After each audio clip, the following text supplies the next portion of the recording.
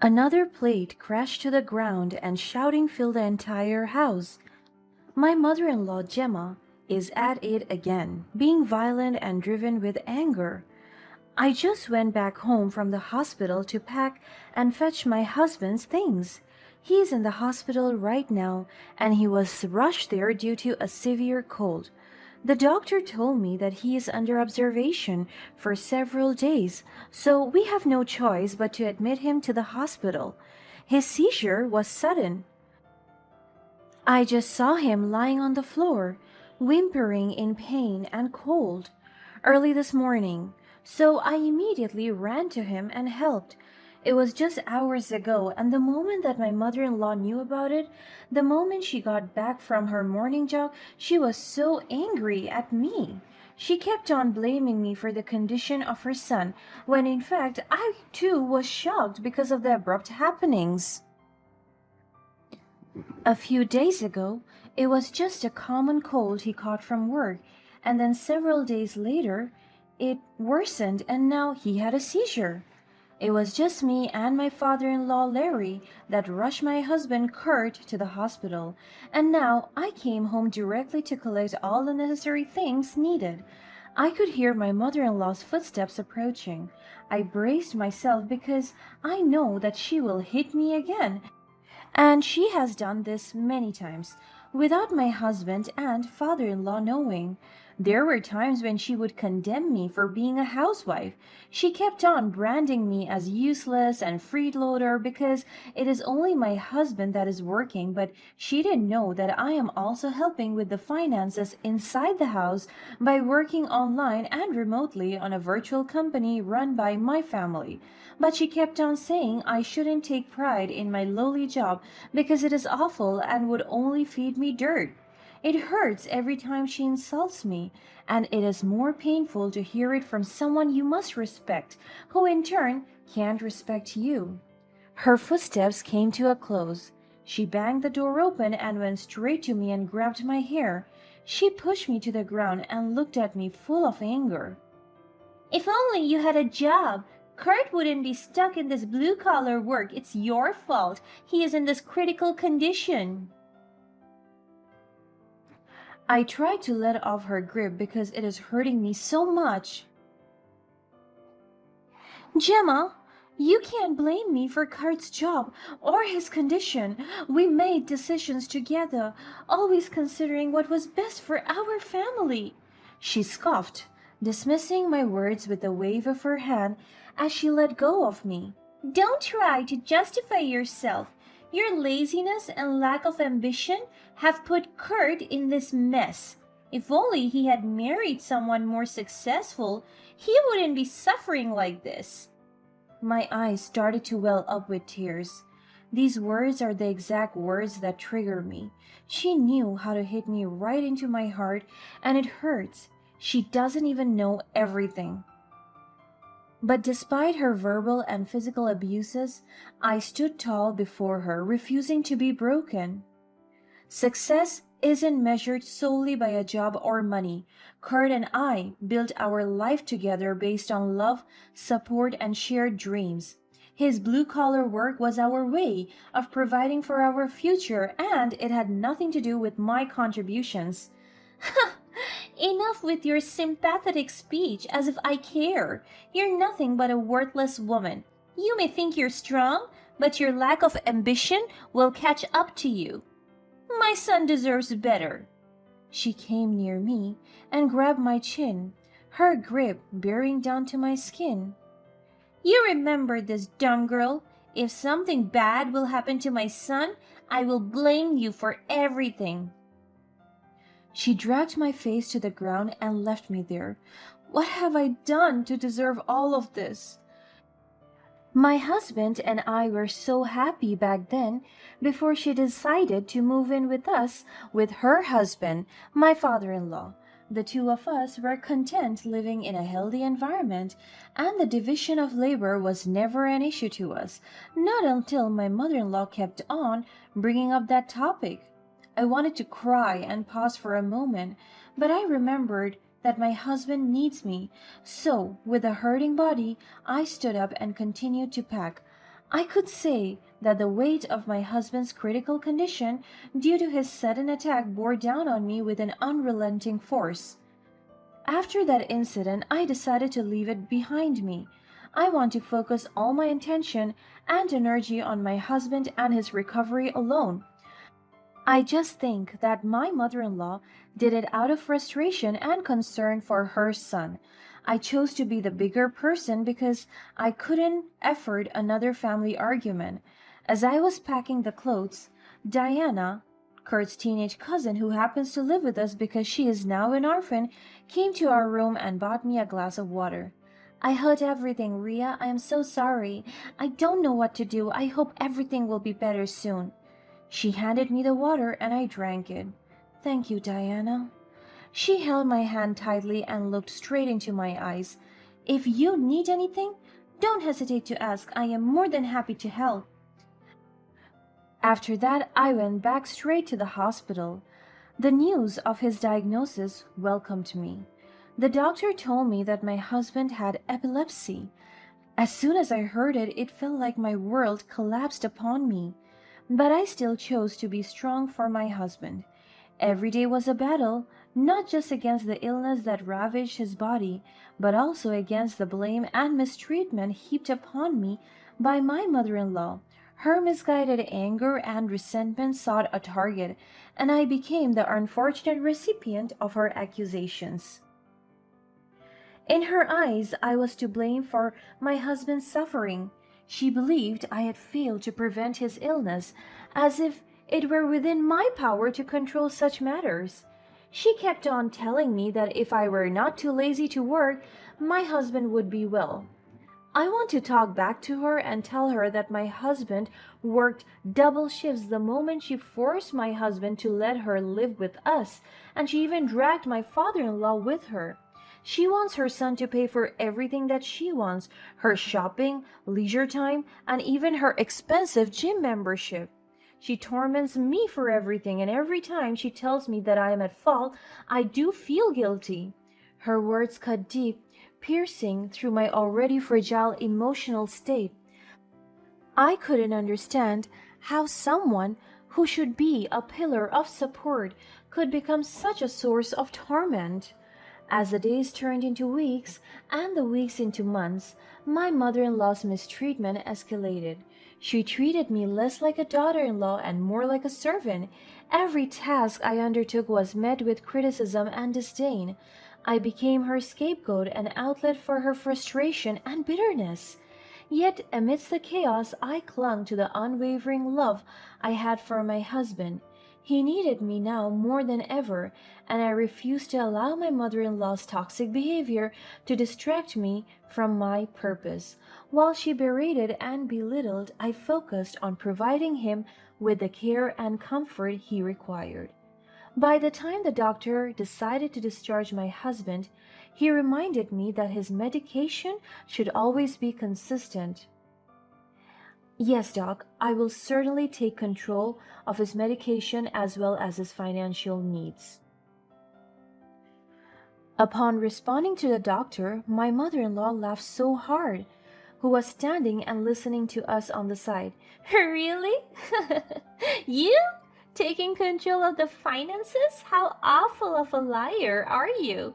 Oh, doctor, don't believe anything that girl says. She's the very reason why my son is here because she forced him to work tirelessly while she stays at home doing nothing.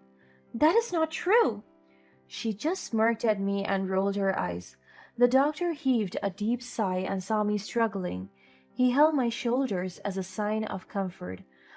I have known you for a long time, Mrs. Ria. I know you love your husband, so please, no matter what, stay strong for him. He needs you right now. I nodded in response.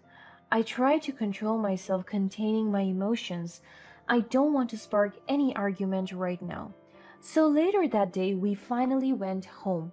As soon as we came home, I received a phone call from my father, Brandon. It feels so good to hear a familiar voice right now. It feels so comforting. Hello, sweet pea, how are you? I could feel my heart melting as I heard my father call me by his favorite nickname. Sweet pea. I'm not fine. Dad, Kurt is in a... I know everything. Larry, your father-in-law, called me last week. I was so shocked to hear that information. He did? Why? For what reason? Kurt's condition. He reached out if I could help with the finances. But I don't want to bother you with it. I could work double in the family's company while taking care of him. Ria, I'm your dad. Kurt is also my son. I know that you are struggling and don't want to see you like this. We have the means and resources to help. That's why I'm more than willing to give that to you and your husband. I closed my eyes and tears fell down my cheek. Dad, please. We've talked about this before. That they must never know that you are from a wealthy family? Sweet pea, Larry knows that all too well. He works in our company. Yes, Dad, I know. But I don't want my mother-in-law or other people to know. I told you. I don't want to be defined by my family status. I want to build my own. Sweet pea, please, let me do this. I'm more than ready and happy to help. I heaved a sigh and just accepted his offer. Here's a confession. I happen to have grown up in a privileged family.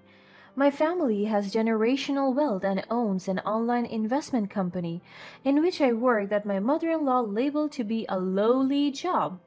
Ever since I was in high school, I tried my best not to let my status be known to everybody. I want to be a normal person earning on my own. During the entire duration of my husband's recovery at home, several therapy sessions were appointed for us as well as several mistreatments from my mother-in-law, but I chose to keep my head and heart strong for my husband. On top of that, the assistance from my father is constant and it does help us a lot. And while taking care of my husband, aside from living with the pain of his condition, I chose to divert my attention to taking care of the house as well. Amidst the pain, a glimmer of hope emerged. I found solace in keeping our home clean and orderly, believing that a peaceful environment could offer some respite from the storm raging within our lives. So with determination, I took on the role of both caregiver and housekeeper, dedicating myself to maintaining a sanctuary of serenity amidst the turmoil. But good thing, I have Diana helping me, but even the most resilient among us have limits. One day, my buttons were pushed. After I tended to my husband from cooking his meals to washing his linens, I continued my work inside the house, diligently cleaning the kitchen. I was segregating the trash when my mother-in-law's frustration reached a breaking point. In an act of sheer frustration and anger, she lashed out as she entered the kitchen. She then grabbed the bag of garbage and hurled it in my direction. The filth splattered across me, an indignity that symbolized not only her contempt, but also the immense weight I carried on my shoulders. She threw the garbage right in front of me. I was so shocked by her sudden rage. She pushed me to the ground and looked at me again angrily. The Wi-Fi has been cut off. You told me that you were going to pay for it. I closed my eyes out of annoyance building inside me because of her pettiness. I cut short of the budget because the doctor added new maintenance meds for Kurt. Then work more, find more jobs to sustain all the needs in the house. She pushed my head to the floor and screamed at me. She's insane. During the commotion, my father-in-law finally barged in, dragging my mother-in-law away from me. Enough, Gemma! He shouted at his wife, and she was dumbfounded and confused. What the hell are you doing? Enough of your evilness. You're so abusive. And what about it? She deserves all that anyway. After all, she did to our son. What did she do? Do you know what she did? She did a lot of things. She tried to hide all your mistreatments towards her from her father. She raised her eyebrows and looked at me from head to toe, judging me. And who is her father anyway? Isn't she an orphan? No one walked down the aisle with her during the wedding with our son. What a shame! Stupid girl! Larry grabbed Gemma's arms and dragged her to face him. That girl you call stupid is the daughter of Brandon Wilkins, an entrepreneur, my boss, the father-in-law of your son. And Brandon is the one sustaining and precious with everything, including your fucking Wi-Fi connection. So be grateful and beg for forgiveness. She was so shocked by everything that she heard. Is that true? Her voice trembles as she looks at me with shame. Yes, and I think it's about time for my father to know everything. There is no need for that. I looked at where the voice came from, and it is Diana, holding her phone. Unbeknownst to her, the chaos had been captured on video by Diana. The recording found its way to my father, the one who had been shouldering the burden of my husband's medical expenses. When he witnessed the mistreatment I had endured, he was consumed by a fiery anger and protective instinct that only a father possesses. My father's love for me outweighed any obligations he felt towards his son-in-law's family. With swift and decisive action, he confronted my mother-in-law, exposing her cruel treatment and making it clear that her presence was no longer welcome in our lives. At that moment, she finally faced the consequences of her actions. As she pleaded for forgiveness, realizing the gravity of her mistakes, I stood strong, my heart torn between anger and pity. The power dynamic had shifted, and I found myself taking charge of our household once again. The doctors closed on her toxic influence, allowing us to breathe freely for the first time in years. But my newfound control didn't stop at the boundaries of our home. I assumed the role of my husband's advocate, fiercely guarding his well-being and ensuring he received the best possible care. I immersed myself in the intricate world of medications, treatments, and therapies, constantly seeking ways to alleviate his pain and provide comfort during his darkest moments. With unwavering determination, I emerged as the driving force behind his fight against cancer. I became the source of strength he needed, offering unwavering support and a shoulder to lean on. The journey was arduous, filled with countless sleepless nights and moments of doubt, but my love for him propelled me forward. I delved into the research, connecting with experts in the field, seeking second opinions, and exploring alternative treatments. I left no stone unturned in my quest to ensure my husband's well-being. Every decision regarding his care was made with meticulous attention, as I became his voice when his own was weakened by illness. The days blended into a blur of hospital visits, consultations, and treatment regimens. I navigated the complexities of medical procedures, deciphering the jargon and advocating for my husband's needs. I became well versed in his condition, understanding the intricacies of his cancer and the potential paths to recovery. But my newfound control extended beyond the medical realm. I reclaimed authority over our lives, refusing to let external forces dictate our fate. I prioritized the well-being of my husband above all else, filtering out negativity and toxicity that could hinder his progress. I forged ahead with unwavering determination, shielding him from unnecessary stress and drama. As time passed, I began to witness the fruits of my efforts. My husband's condition stabilized, his pain eased, and a glimmer of hope emerged. It was in those moments of respite that I saw the strength we had cultivated together. We had transformed from mere victims of circumstances into warriors, fighting against the odds with a united front. Through the darkest of times, our bond deepened. We found solace in each other's presence, drawing strength from the love we shared. Our connection became an anchor, grounding us in the face of adversity.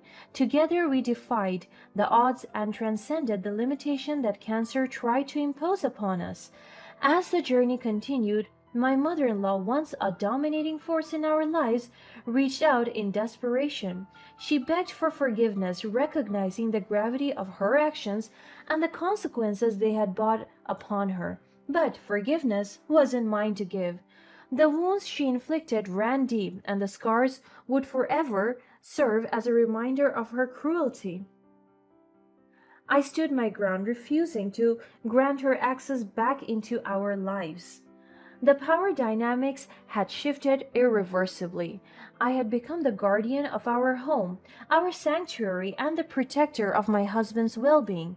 The control that had been wrested away from me and was now firmly in my grasp, a testament to my resilience and unwavering determination. In the end, our story became one of triumph over adversity.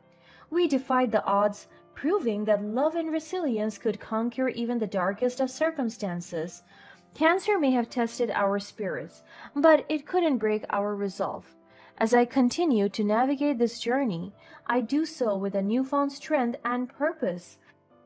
I have reclaimed control over our lives, empowering myself to make decisions that best serve my husband's interests. Together, we march forward, defying the limitations imposed upon us and embracing the power of love, determination, and the unwavering belief that we had overcome any obstacle in our path.